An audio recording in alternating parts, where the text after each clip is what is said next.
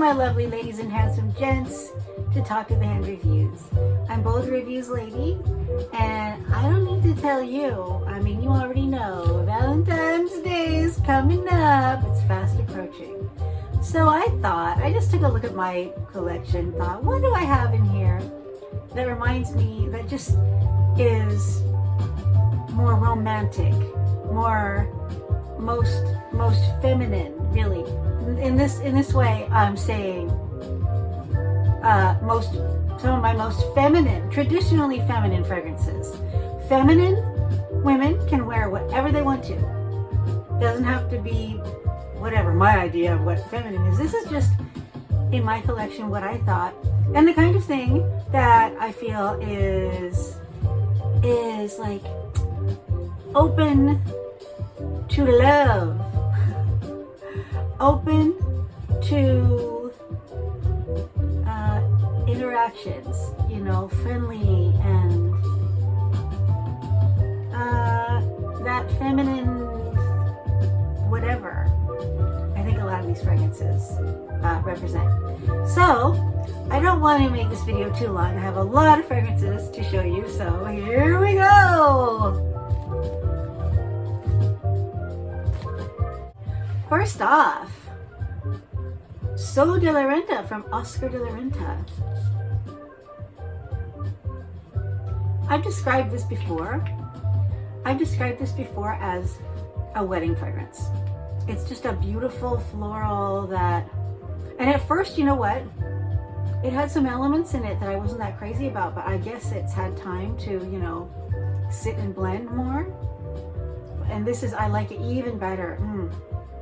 Just beautiful, light, feminine, like a wedding fragrance. So de la Renta from Oscar de la Renta. Yara from Ard Al Zafaran Trading Company, not Lattafa. This is friendly and playful and youthful and romantic. I think it's got some. It does smell like it's got some chocolate bottom notes or something. I guess you could consider this sort of like a chocolate covered strawberry.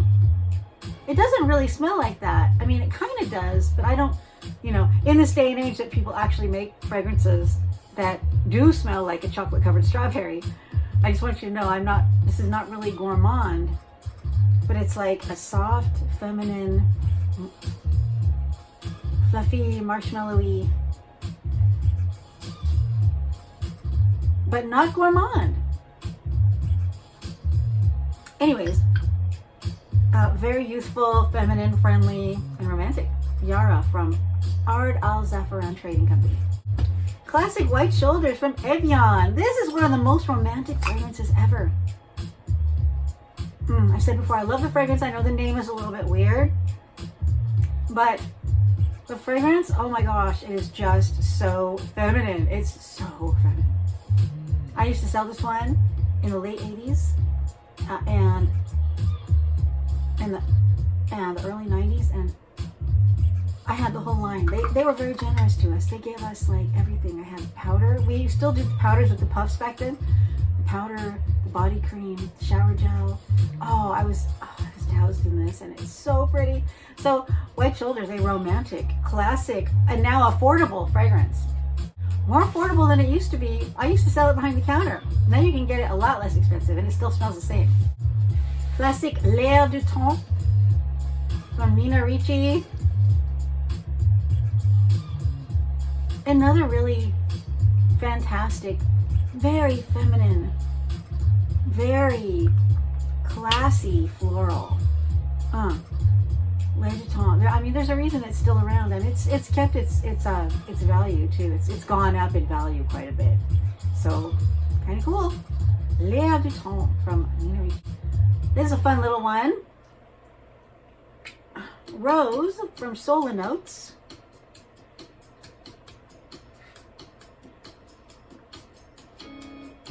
You just want to be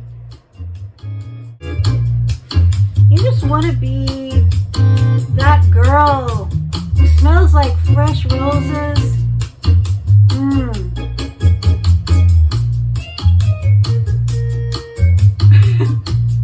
Can you do this? the only one? Come on. Happy Valentine's Day. I'll do crazy things. Solinotes Rose.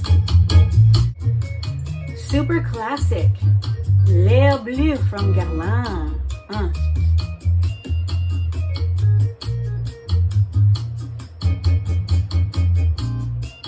So feminine, so pretty. Just.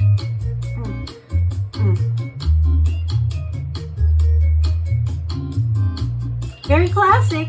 Very classic.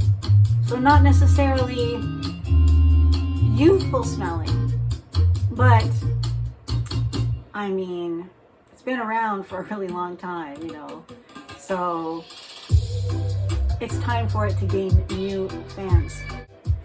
And Avon one, Avon Haiku Kyoto flower. This is youthful and juicy and friendly, and says,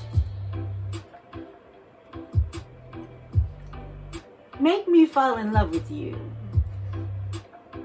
It's just so pretty. It's so pretty, and this is like a little dress with those little ruffles that ruffles when you walk around.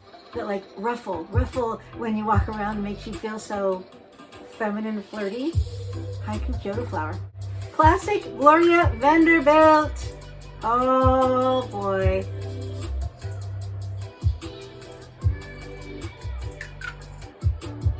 My mom wore this when I was, you know, young, and I never stopped loving it, and I'm so glad to have it. This is a relatively new bottle, and it still smells as good as it did back then, so that's pretty cool. So Vanderbilt, like Gloria Vanderbilt, another romantic floral. Oh my goodness, this is my favorite Middle Eastern fragrance that I've tried. Mahasin Crystal from Lattafa. This is, oh, I mean, I said that last one was like you're wearing a little ruffly dress, and when you walk, the ruffles go up and down, and they're so flirty. Well, this is like you're wearing a summer dress, and it's just freshness everywhere, fresh flowers. It is just fresh flowers, no indole, no disappointing endings. This just reminds me of love itself, to be honest with you. Mahasin Crystal from Lattafa. I happen to find this at Winners in Canada, which is the Canadian TJ Maxx. Oh my gosh, this is so pretty. This smells to me kind of like a dupe for this classic one, White Shoulders. It's a little better because it's got a little more something citrus in it. It's slightly more uplifting, but I couldn't find any information about how anyone could possibly buy it. I did find the Olivia Blake London company online, and they do have other fragrances. This one wasn't there, so I guess maybe it didn't do well or whatever, but I have no idea why, because this is so beautiful. And it's fresh and pretty, and well, like I said, it's romantic in the same way that White Shoulders is. So Olivia Blake London Citrus Blossom. And it is made in England, by the way. You know, it's not just a name on it. Oh, Olivia Blake London, and then it's made somewhere else, you know, so it's kind of cool. It is made in England. I should probably just stop the video there, huh? That's long enough, right? No, I'm gonna keep going. A body spray that I love, Calgon Morning Glory. Now this is one of the more projecting body sprays that I've ever tried. This is the only one I've ever owned from the Calgon, but this is my third bottle, I think. And this stuff, it reminds me so much of Bleue from Guerlain. And I mean, it smells classy in the way that Bleue does, yet it's really affordable. And you know, Guerlain, it's hard to catch a break on Guerlain fragrances. They're not usually affordable, but this is. So Calgon Take Me Away Morning Glory, feminine, very projecting, very, oh, it's so hard, I don't know, it's beautiful. I love Yardley fragrances, Yardley Eau de Toilette. This is the Rose, contemporary version, Yardley Rose. Just a beautiful, if you want to feel really feminine, reach for one of these, and they're pretty affordable too. So, you know, Yardley, this is Yardley English Rose, it's called. English Rose, and it's the contemporary edition. And I actually have a vintage one, and they do smell different. The vintage one has a bit more lemon in it, and this one is, it just smells really good, like beautiful roses. Like, oh, it's just, it's feminine and womanly. Feminine and womanly, not really as playful and youthful as like Tea Rose, for instance, which is another, it's an older one, but it smells more youthful than this one, but it's so pretty. Yardley English Rose. A beautiful feminine classic, Joy by Jean Patou. Purchased by LVMH and discontinued. So this bottle, they are still available. You can still find them, but it's like they're not making more, from what I understand. So this one, this is the most realistic, and I used to work as a floral designer. So not that that means anything, but I think this is the most realistic garden of flowers, to the point where it makes you feel like you're gonna sneeze. And there is some indole in it, so you will notice that little bit of funny thing, like right when the flowers start to turn. But this is so feminine. This is rolling in femininity, I think so. And at one time, was the second best-selling fragrance in the world, only behind Chanel No. 5. So Joy by Jean Patou. Another Avon. Now this is completely different from any of my other suggestions here. This is not a floral. This is a musk. But whenever I think of this fragrance, whenever I wear this fragrance, I feel so cuddly. It feels like such a cuddly, inviting, warm type of, intimate type of fragrance. I mean, it really does. I don't think I have anything else except, okay, Mon Guerlain, I feel is the same way. It's just really, something about it is so intimate. And this, they don't smell alike at all, but they have the same, I feel they have the same vibe. So even though this is really, it's pretty much a straight musk.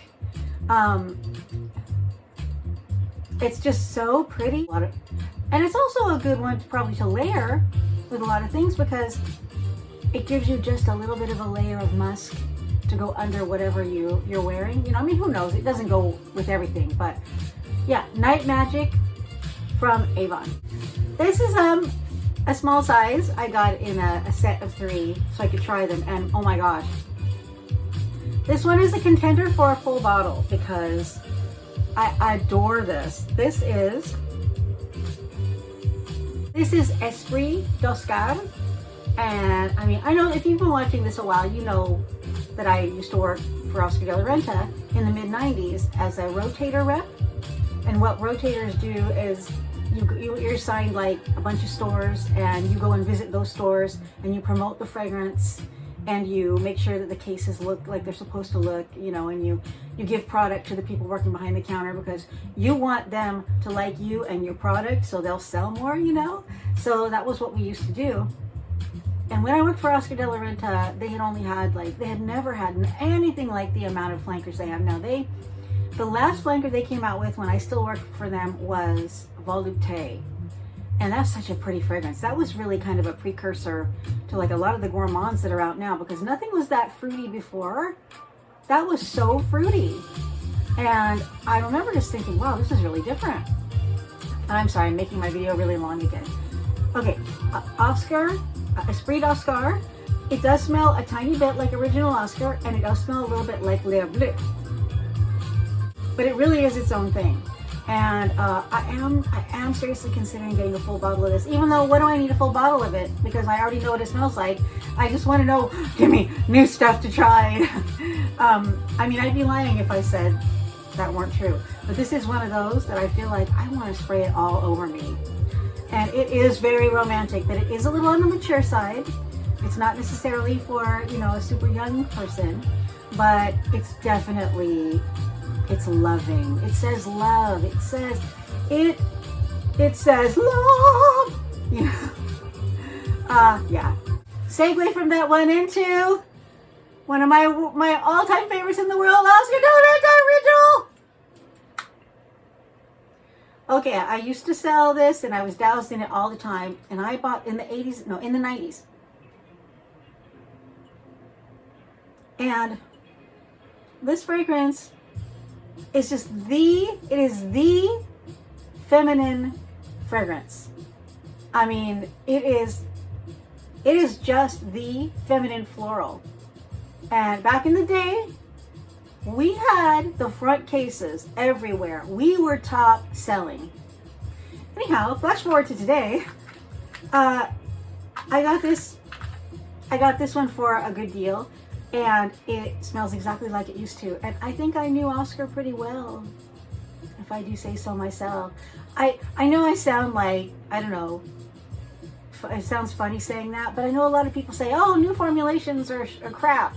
Newer formulations are always crap. That's not true. That's not what I found at all. I'm so surprised that a lot of these newer formulations smell as good as they used to. Not all of them, but a lot of them. And this is one.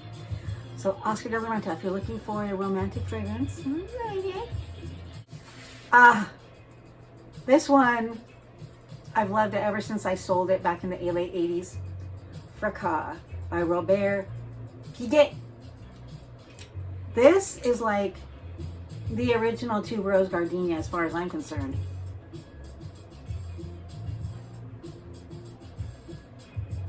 And I would say, even though this is a really, really old fragrance, I would say it is youthful. It is youthful smelling. Yeah, I don't know if I said that before. I might not have said that before. But I think it is. I certainly think it's romantic. I think it's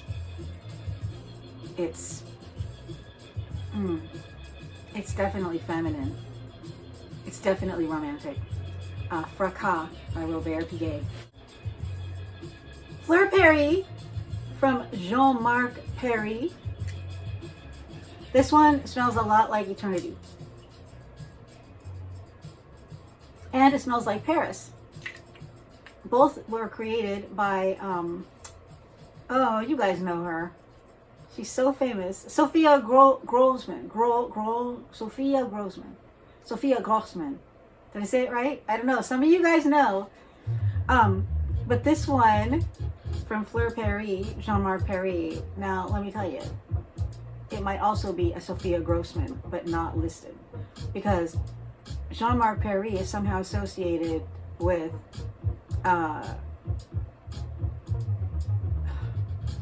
I'll put the name here, I forget it now, who is associated with Sophia Grossman. So somehow the packaging changed. I think this is a Sophia Grossman in disguise. But it's gorgeous. It's gorgeous and romantic. Fleur Perry. We've come to the end of my video almost, lovely ladies and handsome gents. And hey, since it's Valentine's Day coming up, you know, do you feel extra loving? Yeah? Yeah, you do?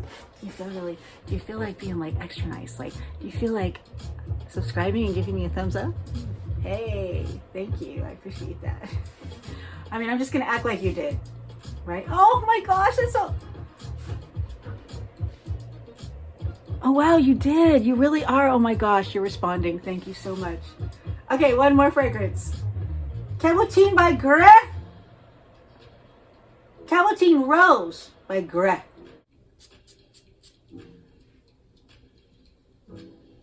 This is so feminine and fresh. Feminine, fresh, floral. Does not smell like roses. Just smells like an incredible bouquet of flowers. And happy. This is a happy floral. There's not a lot of bad baggage. This is not the romance that went wrong.